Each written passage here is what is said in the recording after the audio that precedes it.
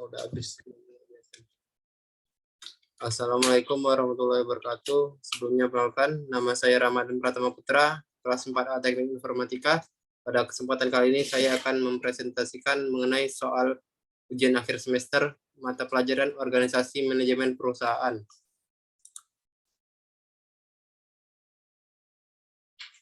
Untuk materi ujian akhir semester organisasi manajemen perusahaan tersendiri terbagi menjadi 6 macam. Yang pertama yaitu motivasi kerja, yang kedua manajemen konflik, yang ketiga perilaku organisasi, yang keempat manajemen stres, yang kelima pengambilan keputusan, dan yang terakhir yaitu manajemen operasional. Baiklah, untuk materi pertama kita akan membahas mengenai motivasi kerja. Pengertiannya, motivasi kerja merupakan stimulus atau rangsangan bagi setiap pegawai untuk bekerja dalam menjalankan tugasnya. Dengan motivasi yang baik, maka para pegawai akan merasa senang dan bersemangat dalam bekerja sehingga mengakibatkan perkembangan dan pertumbuhan yang signifikan pada diri organisasi. Tujuan motivasi. Menurut Hasibuan dalam Kurnia 2018, terdapat beberapa tujuan motivasi sebagai berikut, yaitu 1. Mendorong gairah dan semangat kerja karyawan. 2. Meningkatkan moral dan keputusan kerja karyawan. 3. Meningkatkan produktivitas kerja karyawan. 4. Mempertahankan loyalitas dan kestabilan karyawan perusahaan. Motivasi. Sedangkan motivasi dapat mendorong karyawan untuk berpikir kreatif dalam memberikan output pekerjaan mereka. Motivasi dapat membuat kinerja karyawan menjadi lebih cepat dan maksimal. Motivasi dapat membuat karyawan untuk selalu memberikan hasil usaha yang terbaik. Motivasi dapat membantu pengembangan diri masing-masing karyawan. Penghambat motivasi kerja yaitu 1. Contoh buruk yang diberikan oleh atasan. Pemimpin merupakan seseorang yang bertanggung jawab terhadap tim. 2. Bekerja lebih keras untuk hasil yang sama. Menghasilkan kemajuan secara terus-menerus merupakan elemen utama dari budaya perusahaan. Yang ketiga yaitu industri yang tidak bersahabat. Cara mengatasinya adalah cara mengatasi penurunan motivasi kerja bisa dilakukan dengan cara antara lain. 1. Mendengar pendapat dan menghargai kinerja karyawan. 2. Memiliki hubungan sosial yang baik dengan semua orang yang ada di perusahaan. 3. Memiliki jenjang karir yang jelas dan memberikan apresiasi yang layak. Yang kedua yaitu mengenai manajemen konflik. Pengertiannya yaitu berasal dari dua kata, yakni manajemen dan konflik. Istilah manajemen berasal dari bahasa Italia, managere, yang berarti melatih kuda-kuda, atau secara harfiah to handle, yang artinya mengendalikan.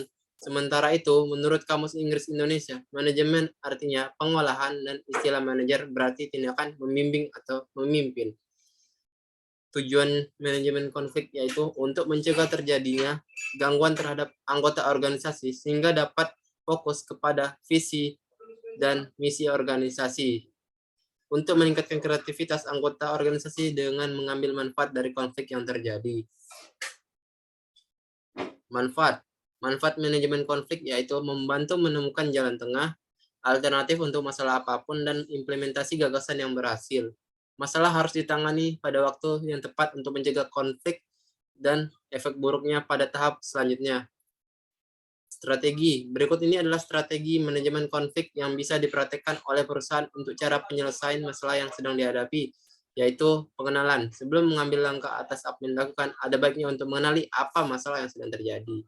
Yang kedua yaitu mendiagnosa, yang ketiga menyepakati solusi, yang keempat pelaksanaan, dan yang terakhir yaitu evaluasi. Yaitu materi ketiga mengenai perilaku organisasi. Pengertiannya ialah suatu disiplin ilmu yang mempelajari tentang perilaku tingkat individu dan tingkat kelompok dalam suatu organisasi serta dampak terhadap kinerja. Perilaku keorganisasian juga dikenal dengan sebagai studi tentang organisasi. Tujuan perilaku organisasi menurut penulis yaitu dapat memahami dan menjelaskan kejadian-kejadian yang terjadi dalam organisasi. Dengan itu, tujuan perilaku organisasi dapat mengembangkan cara berpikir kejadian-kejadian di dalam suatu lingkungan organisasi. Manfaat perilaku organisasi tersendiri yaitu akan membantu setiap individu dalam memahami perilaku mereka sendiri dan juga orang lain yang berada dalam lingkungan organisasi, sehingga meningkatkan hubungan interpersonal antar setiap individu yang berada dalam organisasi tersebut. Yang materi keempat yaitu mengenai manajemen stres. Pengertiannya ialah kemampuan penggunaan sumber daya secara efektif untuk mengatasi gangguan atau kekacauan mental atau emosional yang muncul karena tanggapan. Tujuan dari manajemen stres itu sendiri adalah untuk memperbaiki kualitas hidup individu itu agar menjadi lebih baik. Tujuan Tujuan dilakukannya manajemen stres adalah guna memperbaiki kualitas hidup seseorang agar menjadi lebih baik. Stres adalah suatu wujud reaksi psikologis yang normal terjadi saat adanya peningkatan beban kehidupan. Salah satunya adalah beban pekerja. Penyebabnya terbagi menjadi 3 macam. Yang pertama itu penyebab stres akibat kerja di dalam ruang lingkup organisasi. Ada 6 macam, yaitu beban kerja yang tinggi atau terlalu rendah. Yang kedua yaitu tuntutan atau tekanan pekerjaan. Yang ketiga shift kerja atau jam kerja. Yang keempat tekanan atas peran tertentu dalam organisasi. Yang kelima peran yang tidak jelas. Yang keenam peraturan berlebihan dan kurang adil. Penyebab kedua yaitu di ruang lingkup individu, terbagi menjadi 7. Yang pertama yaitu pertentangan antara karir dan tanggung jawab keluarga. Kedua, ketidakpastian ekonomi. Yang ketiga, kurangnya penghargaan dan pengakuan kerja. Yang keempat, kejenuhan dan ketidakpuasan kerja. Yang kelima, konflik dengan rekan kerja atau atasan. Yang keenam, kurangnya kepercayaan dalam suatu tim. Dan yang terakhir yaitu kurangnya motivasi dari atasan. Penyebab yang ketiga yaitu di ruang lingkup lingkungan. Yang ini terbagi menjadi 3 macam, yaitu yang pertama, buruknya kondisi lingkungan kerja. Seperti pencahayaan, suhu, kebisingan, ventilasi, dan sirkulasi udara ruang kerja yang berantakan, dan sebagainya. Yang kedua itu diskriminasi ras, ancaman kekerasan, pelecehan, intimidasi, dan lain-lain. Yang ketiga itu kemacetan lalu lintas saat bekerja maupun pulang bekerja. Elemen di dalam ini menjadi standar manajemen terkait pengendalian stres akibat kerja antara lain yaitu tuntutan, kontrol, dukungan, hubungan, peran, dan perubahan.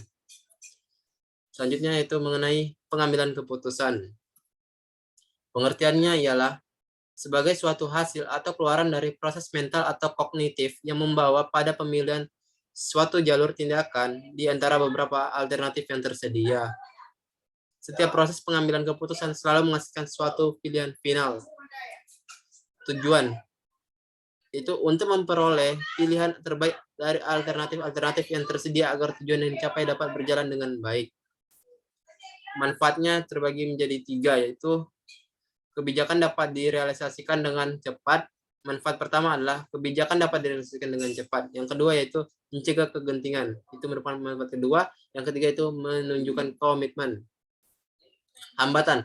Tahukah kamu apa saja hambatan-hambatan dalam pengambilan sebuah keputusan? Berbagai pilihan harus ditelusuri mendalam agar pengambilan keputusan yang tepat dan meminimalisir segala risiko dari keputusan tersebut. Keputusan tidak terstruktur. Itu tujuan, identifikasi masalah, pengembangan alternatif, memilih dan menilai alternatif, pelaksanaan keputusan, dan evaluasi dan kontrol. Cara meningkatkan keahlian pengambilan keputusan yaitu terbagi menjadi beberapa macam. Yang pertama yaitu kumpulkan informasi dan pahami masalahnya. Yang kedua, batasi opsi kemungkinan. Yang ketiga, tanyakan kepada orang lain yang berpengalaman. Yang keempat, ingat lagi targetmu. Yang kelima, bayangkan apa yang terjadi. Yang keenam, beranikan diri dalam mengambil resiko. Yang ketujuh, jaga emosi. Dan yang terakhir itu jaga pikiran. Materi selanjutnya itu mengenai manajemen operasional. Pengertiannya ialah area bisnis yang berfokus pada suatu proses produksi serta memastikan pemeliharaan dan perkembangan berlangsung secara efektif dan efisien. Seorang manajer operasi bertanggung jawab mengelola proses pengubahan input menjadi output. Tujuannya yaitu mengatur seluruh sumber daya yang dimiliki perusahaan. Sumber daya tersebut berupa bahan baku, pekerja, mesin, dan perlengkapan lainnya, dan memastikan seluruh proses produksi berjalan efektif dan efisien. Yaitu fungsinya yaitu menyusun strategis untuk mengoptimalkan sumber daya perusahaan, juga meningkatkan daya saing dengan perusahaan yang lain. Strategis bisnis inilah yang dimaksud mencakup sebagai pengadaan bahan baku, pemasaran, kemampuan finansial, dan pengoptimalan sumber daya manusia. Yaitu kesalahan. Apa saja kesalahan yang dapat terjadi dalam manajemen operasional? Terbagi menjadi berbagai macam. Sebagai contoh, saya ambil pertama, pemilihan strategi dalam produksi, di mana pemersalahan itu mengacu pada strategi yang akan dilakukan di dalam sistem produksi. Yang kedua, pemilihan produk prioritas. Yang ketiga, perencanaan produk awal. Yang keempat, pembuatan prototipe untuk diuji. Dan yang terakhir itu implementasi produk jadi. Oke. Berikut saya tampilkan berupa link referensi materi yang saya ambil dari Google. Oke. Baiklah, kurang lebihnya mengenai pemaparan materi pada kesempatan kali ini cukup segitu, kurang lebih baik. Sekian, apabila perkataan saya ada yang salah, mohon maafkan. Wabillahi taufik wal hidayah. Wassalamualaikum warahmatullahi wabarakatuh.